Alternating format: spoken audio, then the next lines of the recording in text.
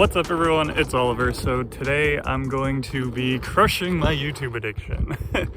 I recently have realized how much goddamn time I spend on YouTube. If I look at my YouTube watch analytics, which they now tell you, I spent 20 hours last week watching YouTube videos. That is half of a work week.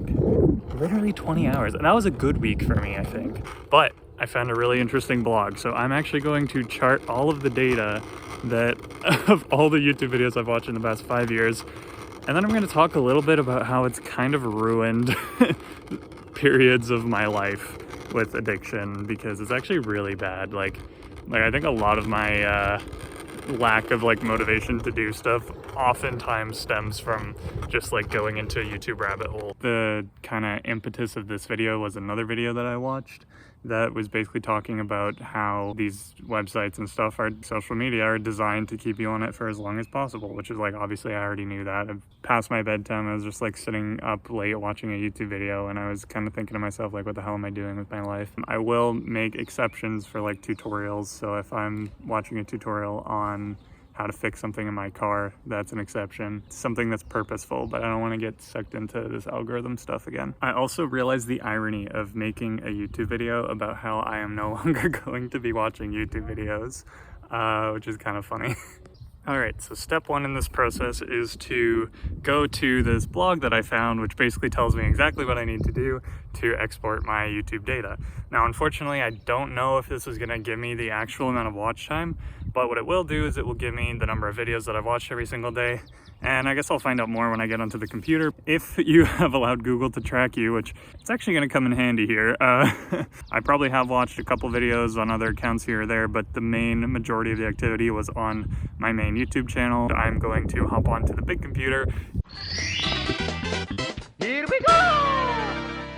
This is the view count. So how many occurrences or how many basically videos did I click on that day? It's not necessarily that I watched all of them. It's just very likely that I did. So you can see here that kind of in 2017 was when things really started to pick up on this channel, spiking in summer and then school. This was when I started engineering, so I took it really seriously and I really tried to cut it out of my life, and I was successful for most of first semester to 2019.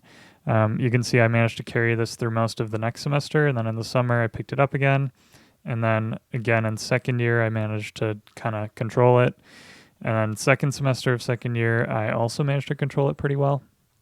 But then it got really bad. And this is when COVID hit. It really knocked me off base, man. If you take a look at this, you can see it's just it gets worse and worse and worse. And then the trend kind of continues. This is all throughout school. I mean, at this point I'm starting to make videos, so it's not completely time wasted, but most of it is. Look, I probably spent too much time watching, and I was not in nearly as much control, because all of this is one semester. So I was not in nearly as much control as I was in my first year of engineering. You can see that's actually a really big difference. This amount of videos versus this amount of videos watched in my final year versus first year. Overall, I am not too happy with myself about this. I would rather not be spending all the time watching these videos. Wow. Wow.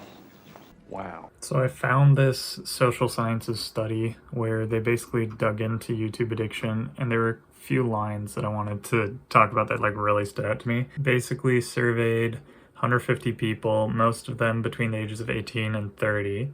They're mostly undergraduate or postgraduate students. And a total of 58.7% of the respondents spent 4 to 6 hours on YouTube, and 26% spent more than 6 hours on YouTube per day. It's every minute of free time when you're not working. That's crazy.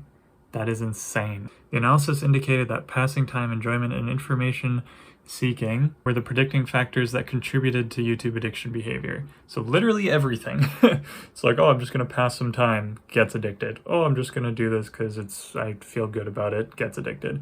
Oh, I'm just gonna do this because I want to figure out how to solve a math problem, gets addicted. What?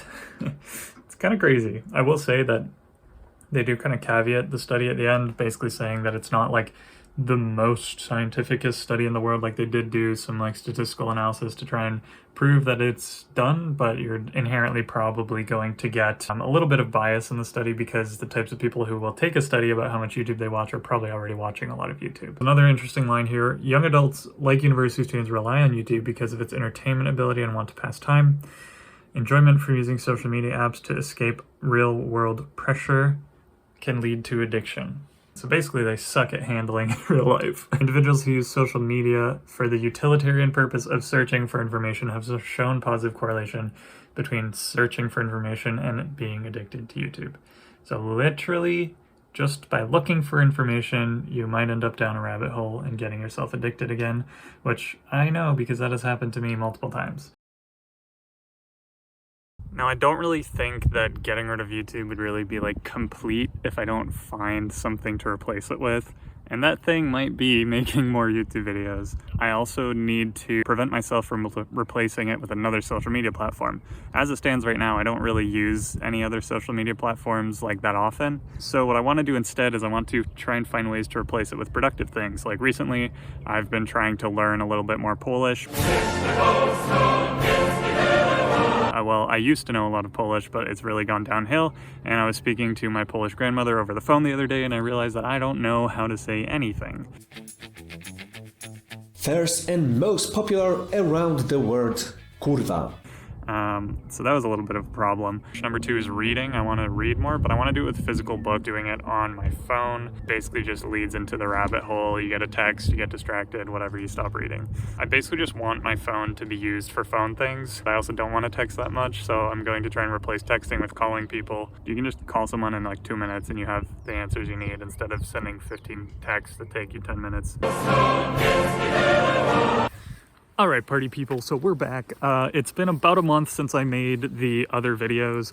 I honestly kind of completely forgot I was doing this until I went through my camera roll because it's been pretty successful. Like, I actually haven't been on YouTube all that much. I will say that all of my like social media crutches haven't quite gone away. I kind of replaced a lot of YouTube watching with podcast listening. However, at least I can do something else while I'm doing podcasts. I'm not just there like a couch potato. Okay, let's go over basically what I have accomplished in the past month with all of this free time. Number 1, graduated from engineering. Watch it. Okay, so this is our final design. Yeah, let's go. Let's go. That's what happens when you learn. Well, look, activity was sensed. Whoa. Wow, it's working exactly as we Why did you stop? Because I'm in pain, because Jonathan. Ow. Alright, so that's it. It's over. Holy shit. I don't even know what to say or what to think. I think I'm just too tired to like be excited. You know, it's one of those moments. Passed all of my exams with mostly flying colors and did not fail the course I thought I would fail. So graduated, number 1. Number 2, started working. So, you know, I'm in a self-employed business, aka selling real estate. Beautiful, secluded part of paradise. I'm Steve from Barber Ridge Real Estate. I'm a massive cunt. Let's take a look inside. I kind of stumbled upon this new hobby of repairing my car. Basically, my car broke down, and I was like, hey, instead of paying the mechanic and doing this, why don't I figure out how to fix it myself? Now, this did involve watching a little bit of YouTube, I'll route it, but I'm not going to count and that. we will plug it in right there where it goes. And voila, as they might say in the north, Bob will be your uncle. My uncle's name ain't no Bob. YouTube is useful for learning things and for tutorials, so I'm not going to deprive myself of being able to learn something new. I've been going to the gym. I recently, just this past week, have started swimming a lot. I feel like my days have been longer, fuller. I think I read like 5 books in the past month, and I read 4 throughout the rest of the year. If I reflect back on it, it's been pretty productive. Oh, I watched some hockey. I mean, I haven't lost anything significant. All of the content that I want to listen to keep me updated on how the world is working is in podcast form. I get my weekly dose of tech news from Linus Tech Tips and the WAN Show. I get my weekly dose of more tech news from Pivot. Like, I would love to completely cut out all the social media from my life. The problem is I kind of have to be on there for my job. Most people don't take action from social media. They take action when they see your face. I just saw a coyote run down the street. And I ran into a neighbor, which is kind of cool. For example, you can use it when you are pissed off. No kurwa, znowu mi nie wyszło. Fuck, I failed once again. Would I recommend doing this? And the answer is absolutely yes. I think it has, like, my productivity has probably increased like 300%. Definitely, like, detoxing from social media is an amazing idea. Probably just see your productivity go absolutely through the roof. And I know I'm saying this as someone who wants you to watch these videos. Like, taking a break is probably the best thing you can do for your mental health. And maybe you'll discover a new hobby and also try and fix your car. No kurwa, znowu mi nie wyszło. So yeah, that's about it. Thank you for watching the video, and I'll catch you in the next one.